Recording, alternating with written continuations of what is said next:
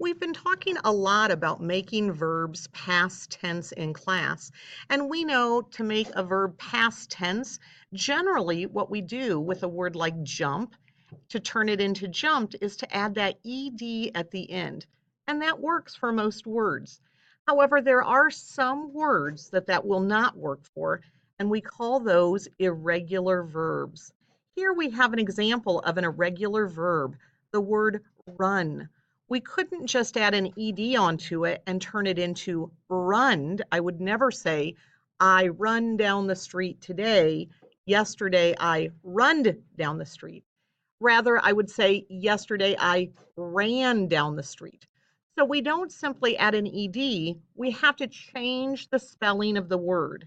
And you may remember we talked about this same thing with irregular nouns. We couldn't just add an es or an s on the end of some nouns. We had to change the entire word.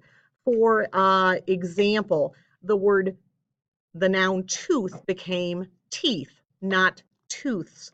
So we have some verbs that are very similar to that.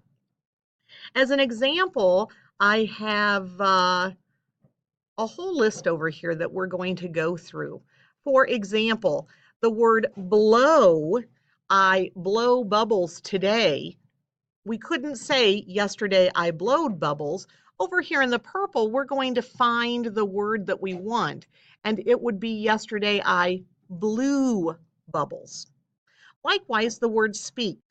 Today I speak to you about irregular verbs. Yesterday I blank to you about irregular verbs. Let's find the word over here that would make sense. We would draw it to spoke. Yesterday I spoke to you about irregular verbs. Get is another example. Today I get a new puppy. Last month can you find the right word? Got a new puppy.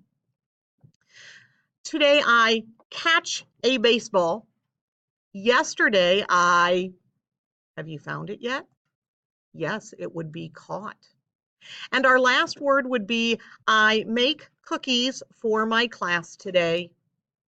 Last month and of course we would hook it to made. So today I'm going to have you practice working with some irregular verbs.